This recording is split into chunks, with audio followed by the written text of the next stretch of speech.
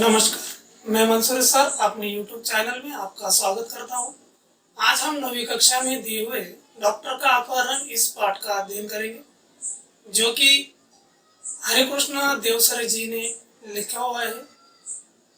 हरिकृष्ण देवसरे, इनका जन्म उत्तर प्रदेश में हुआ था। वे एक बाल प्रतिष्ठित साहित्यकार थे। उन्होंने अपनी कलम से जो कुछ लिखा वह सब कुछ बच्चों के लिए ही लिखा। बाल साहित्य को समृद्ध एवं संपन्न करने का कार्य उनकी कलम ने किया। वे बालकों में जिज्ञासा, कल्पना और विज्ञान के प्रति प्रेम तथा आस्था निर्माण करने में सफल रहे। उन्होंने कई सारी कृतियां लिखी है जिनमें वैज्ञानिक आधार ज्यादा दिखाई देता है, जैसे कि खेल बच्चे का, आओ चंदा के देश चले, मंगल ग्रह में राजू, उड़ती तस्करियां जैसी कई सारी कविता उन्होंने लिखी हुई है। विज्ञान कथा का मतलब यह है कि कल्पना और जिज्ञासा, इन दोनों का समन्वय कर पाठकों के मन में जिज्ञासा निर्माण करने का कार्य साहित्य की जो विधा करती है उसे विज्ञान कथा कहते हैं। इसमें जीवन की किसी घटना का रोचक और प्रभावी वर्णन किया जाता है। प्रस्तावना अगर हम इसकी देखें तो हमें यह दिखाई देगा कि प्रस्तुत पाठ डॉक्टर का अपहरण के माध्यम से लेखक डॉक्टर हरिकृष्ण देवसरे जी ने उद्योगों के अंधाधुंध प्रसार के कारण मशीनों की बढ़ती संख्या तथा उससे उत्पन्न होने वाले प्रदूषण से होने वाली प्राणघातक बीमारियां और जलवायु में हो रहे भयंकर परिवर्तन के प्रति हमें आगाह किया है। सारांश के रूप में हम आगे जानने की कोशिश करें तो हम ये कह सकते हैं कि प्रस्तुत पाठ में एक विज्ञान कथा है जो कल्पना पर आधारित है। इस कथा के माध्यम से कथाकार ने हमें मशीनों युग के निर्माण होने वाली दैत्यकार मशीनों ने से हमें सजग किया है।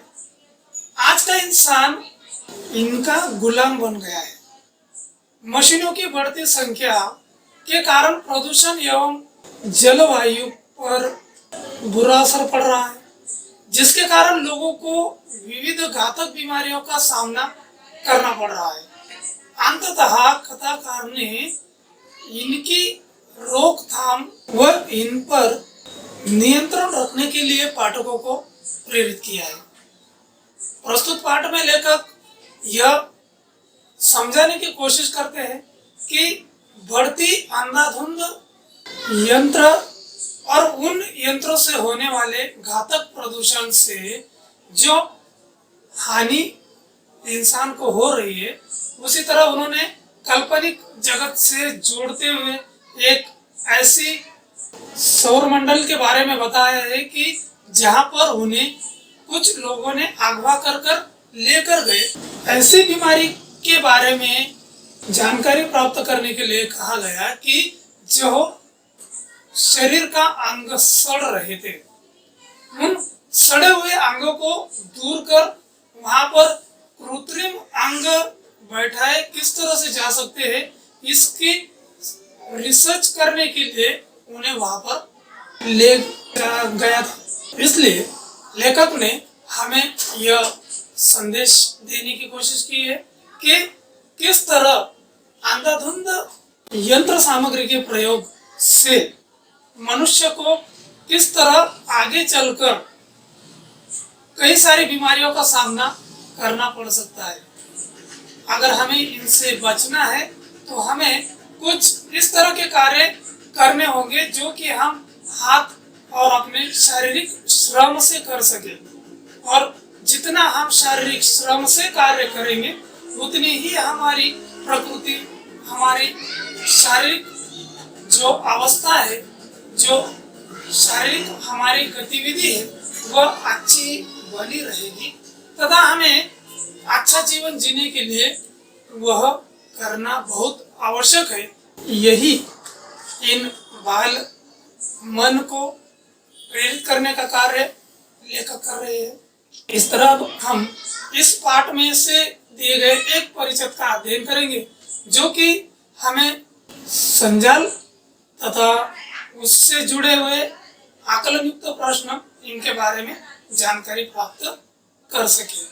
कुछ महीनों पहले अपने डॉक्टर भटनागर के अचानक लापता हो जाने का समाचार पड़ा होगा, लेकिन उसके बाद फिर उनके बारे में कुछ भी पता न चला। हुआ यह था कि एक रात को लगभग 2 बजे उनके घर की कॉल बेल बज उठी। आदत के अनुसार डॉक्टर भटनागर उठ गए। उनकी पत्नी जागकर भी बिस्तर पर ही पड़ी रही, क्योंकि वो जानती थी कि ऐसा तो रोज ही होता है।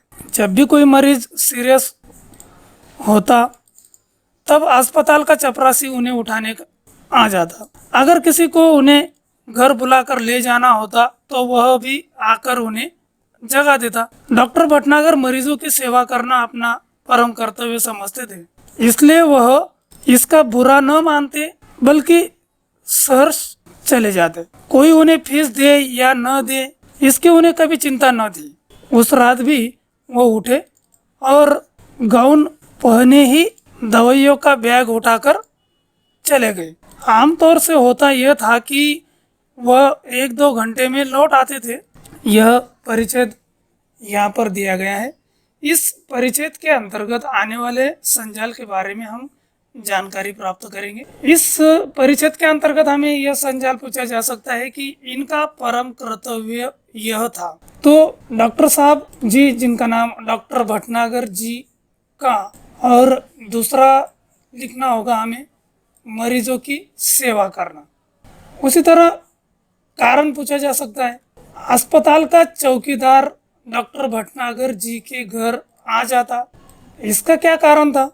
उत्तर में हम लिख सकते हैं, मरीज सीरियस हो जाने पर डॉक्टर भटनागर जी को बुलाने के लिए। दूसरा कारण लिखने के लिए पूछा जा सकता है, डॉक्टर साहब की पत्नी जागकर भी बिस्तर पर ही पड़ी रही, क्योंकि वह जानती थी कि हमेशा कोई ना कोई उनके दरवाजे पर डॉक्टर साहब को बुलाने के लिए आता है। इस तरह से हमें कारण लिखना होगा। उसी तरह इस पर आकलन हेतु प्रश्न पूछा जा सकता है। घटना क्रम के अनुसार पत्नी ने सोचा कि डॉक्टर साहब सीधे अस्पताल चले गए होंगे। घटनाक्रम के अनुसार लिखिए। इस तरह का प्रश्न पूछा जाएगा जो कि 4 या 5 वाक्य दिए जाएंगे, जो नीचे ऊपर दिए होंगे। उन्हें हमें परिच्छेद के अनुसार उसे क्रम से लिखना होगा।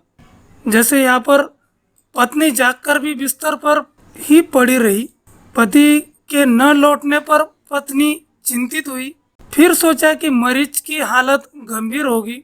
पत्नी ने सोचा कि डॉक्टर साहब सीधे अस्पताल चले गए होंगे। मतलब यहाँ पर जो घटना है वह किस तरह घटी हुई है इसके बारे में हमें सीधे पता चल जाता है। प्रस्तुत गद्यांश के आधार पर ऐसे प्रश्न तैयार कीजिए कि जिनके उत्तर निम्नलिखित शब्द में हो। मतलब हमें प्रश्न तैयार करना होगा, जबकि हमें प्रश्न पत्र में उसका उत्तर दिया हुआ होगा। वह उत्तर के अनुसार हमें प्रश्न कैसा बनाना है इसके बारे में सोचना होगा। जैसे यहाँ पर उत्तर में दिया हुआ है, चौकीदार। मरीज सीरियस हो जाने पर डॉक्टर साहब को उठाने के लिए कौन आ जाता? उत्तर हमें पहले से यहाँ पर दिया हुआ है, प्रश्न बनाना हमें आना चाहिए। उसी तरह दूसरा प्रश्न बनाना होगा जिसका उत्तर हम यहाँ पर दिया हुआ है, डॉक्टर भटनागर कौन लापता हो गए थे। मतलब इस तरह का प्रश्न हम बना सकते हैं। गद्यांश में प्रयुक्त एक वस्त्र का नाम लिखिए। गाउन पहने ही दवाइयों का बैग उठाकर चल दिए। यहाँ पर जिस वस्त्र का नाम आया है वह है गाउन, जो कि हमें परिच्छेद में ही मिल जाता है। और कृतियुक्त अभ्यास पद्धति में परिच्छेद के अलावा और कुछ पूछा ही नहीं जाता है। परिच्छेद में हर एक उत्तर हमें मिल जाता है, केवल स्वमत अभिव्यक्ति को छोड़कर। इस तरह व्याकरण पर भी हमें ध्यान देना होगा।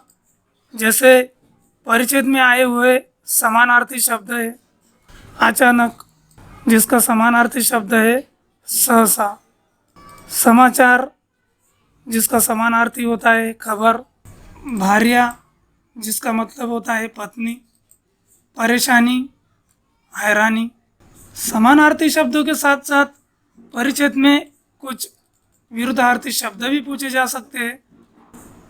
विरुद्धार्थी शब्द में जल्दी, देरी, गांव, शहर, मित्र, शत्रु, इस तरह के सवाल पूछे जा सकते हैं। वचन बदलो, सेवा, सेवाएं, जानकारी, जानकारियाँ, जो कि परिच्छेद से ही लिए गए शब्द है। निम्नलिखित शब्दों को उचित उपसर्ग लगाकर नए शब्द तैयार कीजिए। समय, इसमें अ उपसर्ग लगने के बाद असमय। कारण, अकारण, इस तरह से उपसर्ग युक्त शब्द तैयार किए जा सकते हैं। कुछ प्रत्यय अलग करने के लिए भी कहा जा सकता है, जैसे चिंतित, इसका मूल शब्द है चिंता तथा प्रत्यय इसमें लगा है इत। शब्द समूह के लिए एक शब्द लिखिए जिसका पता न लगे। इस शब्द के लिए हमें एक शब्द लिखना होगा। जैसे इसका उत्तर आता है लापता। काल परिवर्तन भी पूछा जा सकता है। उन्हें अस्पताल समय से पहुंचने की आदत थी। इस तरह काल परिवर्तन के बारे में पूछा जाएगा तो उसके अंतर्गत हमें उसका उत्तर देना होगा। उन्हें अस्पताल स्वयं समय से पहुंचने की आदत होगी।